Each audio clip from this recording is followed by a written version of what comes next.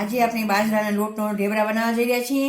તો હાલો આપણે એની તૈયારી કરીએ. હવે શિયાળો આવી ગયો છે તો ગરમા ગરમ બાજરાના ઢેબરા બનાવી અને ખાઈએ તો ખાવામાં બહુ જ મજા આવે અને ટેસ્ટી લાગે. આપણે બાજરાનો લોટ લેશું.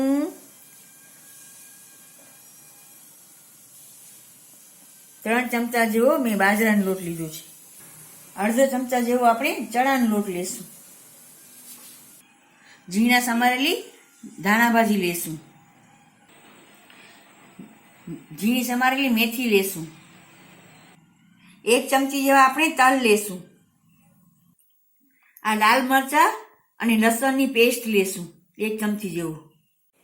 હવે આપણે એમાં મસાલા કરશું. 5 ચમચી જેવી આપણે હળદર લેશું. 5 ચમચી આપણે હિંગ લેશું. 1 ચમચી ધાણા જીરું લેશું. સ્વાદ પ્રમાણે આપણે મીઠું લેશું. 1 ચમચી જેવા આપણે તલ લીધા તે તલના લેશું. લાલ મરચાં અને લસણની આપણે પેસ્ટ કરી હતી એ લેશું 1 ચમચી જેવી. હવે આમાં આપણે મેથી સુધારી નાખી હતી ને મેથી નાખશું અને લીલા ધાણા પણ નાખી દઈશું. હવે આ લોટને છે ને બરાબર હાથથી મિક્સ કરી અને છાશથી બાંધી નાખશું. મિક્સ કરી નાખશું બધીને અને પછી આપણે છાશ નાખીને એનાથી લોટ બાંધશું.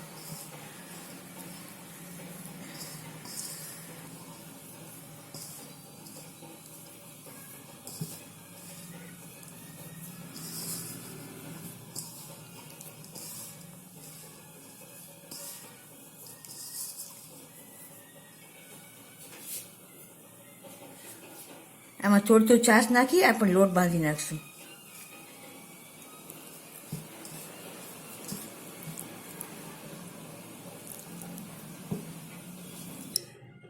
જો આપણો હવે લોટ બંધાઈ ગયો છે. હવે 5 મિનિટ માટે એને રેસ્ટ કરવા રાખશું. પછી એનામાંથી આપણે ઢેબરા બનાવશું. આપણે આવી રીતે લુયો બનાવી લેશું. હવે એને હાથેથી છે ને થેપી નાખશું. તો હવે હાથેથી થેપીએ. હાલો થોડોક આપણે બાજરાનો લોટ લેશું પાટલા ઉપર અને પછી હાથેથી હાથ વડે થેપશું એને.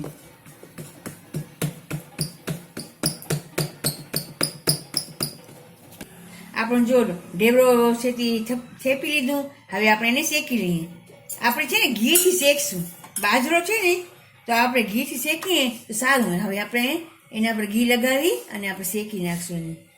અને આપણે નોન સ્ટિકમાં બનાવશું. આ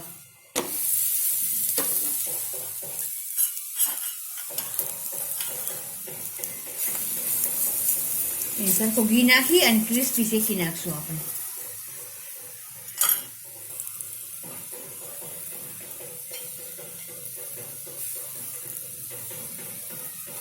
આને શું શેકાતા વાર લાગશે અને ઢેબરા શું જરાક જાડા હોય એટલે ધીમા તાપ ઉપર એને શેકવા પડે આપણને.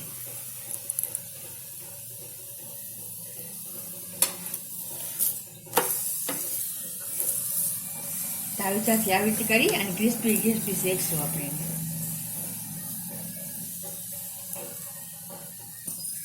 એને થોડી વાર ફેરવીને ચારે બાજુ શેકી નાખશું. જો કેવી સરસ ભાત પડી છે ને. જો એકદમ ઝીણા તાપે આપણે શેકીએ ને નોનસ્ટિકમાં તો શેકાય સરખો અને કાચો પણ ન રહે. ખાવામાં પણ બહુ સરસ લાગે.